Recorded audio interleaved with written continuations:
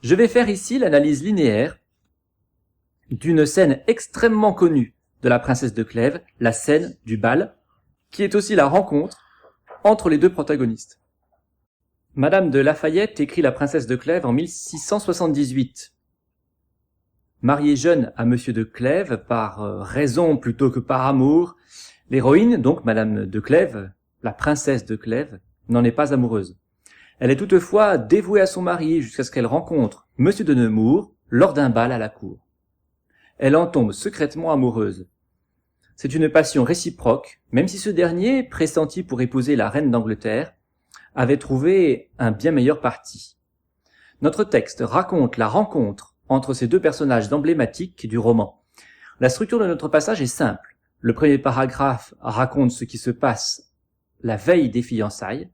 Le deuxième paragraphe raconte la rencontre proprement dite lors du bal. Et le troisième paragraphe insiste davantage sur l'implication de la cour dans cette relation. C'est l'occasion pour l'auteur de proposer implicitement une réflexion. Nous verrons donc, dans ce passage, si l'auteur donne vraiment la primauté aux personnages et à leur rencontre. Les deux premiers paragraphes semblent constituer une partie structurée. Dans le premier paragraphe, consacré aux événements avant le bal, les lignes 1 et 2 sont centrées sur Monsieur de Nemours. Il arriva, ligne 1. Les lignes 2 et 6 sont centrées sur Madame de Clèves. Elle avait ouï parler, ligne 3. Dans le deuxième paragraphe, consacré à la reconnaissance, les lignes 7 à 12 sont à nouveau consacrées à Madame de Clèves, tandis que les lignes 12 à 15, les dernières lignes du paragraphe, sont consacrées à Monsieur de Nemours. Dans ces deux paragraphes, on observe donc une structure en chiasme entre les protagonistes, l'auteur s'arrêtant tantôt sur l'un, tantôt sur l'autre. Ce chiasme est structuré également par le thème de la préparation pour le bal, puisque le verbe se parer se retrouve à la ligne 7 et à la ligne 14.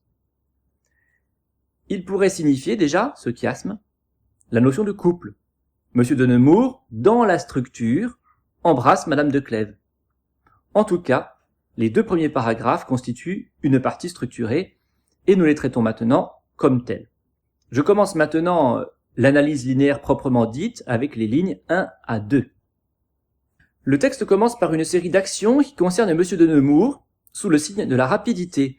Arriva, et puis deux fois le verbe alla. Le début du texte est dans l'action rapide, non développée. Cela est visible dans les termes abstraits utilisés.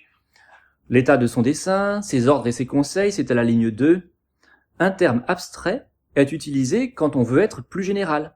De plus, dans la première visite, celle au roi, on observe quand même un petit contenu, à la fois dans le COI, de l'état de son dessein, et dans le COD, ses ordres et ses conseils. Dans la deuxième visite, aux reines, aucun contenu n'est mentionné. Et le lecteur doit se contenter d'un vague complément circonstanciel de lieu chez les reines. Le texte est donc rapide dans son début, voire résumé. On peut interpréter cela en disant que le texte s'oriente déjà résolument vers la rencontre.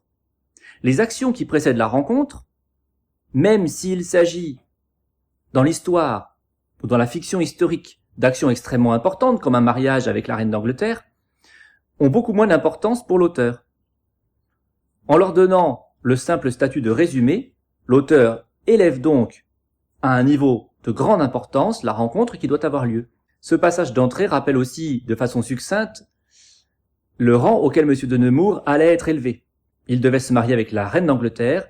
Cela mettra en valeur d'une autre façon la passion pour Madame de Clèves dans les lignes qui suivent. Voilà deux raisons pour lesquelles le texte commence par une série d'actions rapides, résumées, et pourquoi on peut dire, dans un premier temps, que la rencontre sera mise en valeur par la suite. Je m'occupe maintenant des lignes 3 à 6, qui sont consacrées à Madame de Clèves. Il faut d'abord noter qu'elles le sont surtout grâce à l'emploi d'une focalisation interne.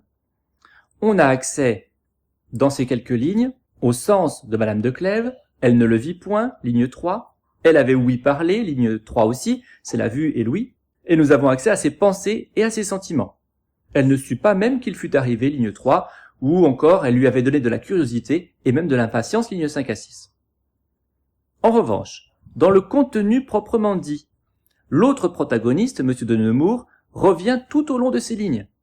Madame de Clèves ainsi que la dauphine sont en position de sujet grammatical. Elle avait oui, ligne 3, elle lui avait donné, ligne 5, mais Monsieur de Nemours est omniprésent dans le contenu à travers tous les compléments. De ce prince, ligne 4, et puis les pronoms des lignes 5 et 6, le, en et le, reprennent également le prince de Nemours. Dans ces lignes, comme dans les précédentes, l'auteur prépare donc la rencontre entre les deux protagonistes.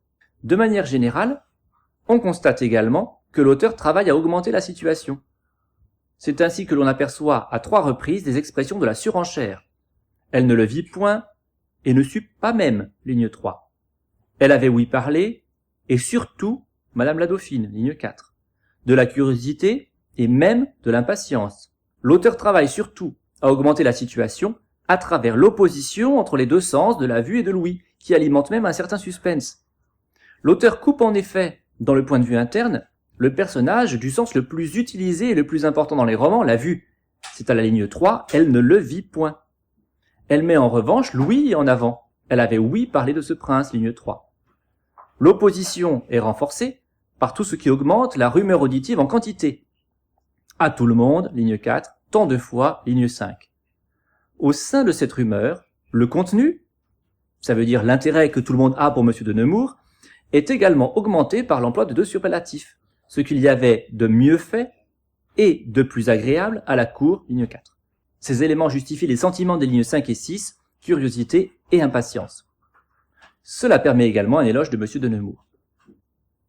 Enfin, l'emploi du plus que parfait tourne résolument ces lignes vers la suite. En effet, toutes ces lignes sont au plus que parfait, excepté un verbe de description. Il y a avait ouï, avait dépeint, avait parlé, avait donné. La valeur du plus que parfait est de raconter une action antérieure à une autre action. Cette autre action n'ayant pas encore été racontée, puisqu'il s'agit de la rencontre qui va avoir lieu dans les lignes suivantes, l'esprit du lecteur est en attente. Tout cela va mettre en valeur les protagonistes et leur rencontre à venir, essentielle dans le roman. Voici terminée la première grande partie de l'analyse linéaire de ce passage de la princesse de Clèves, la rencontre entre les deux protagonistes, la rencontre au bal, la scène du bal.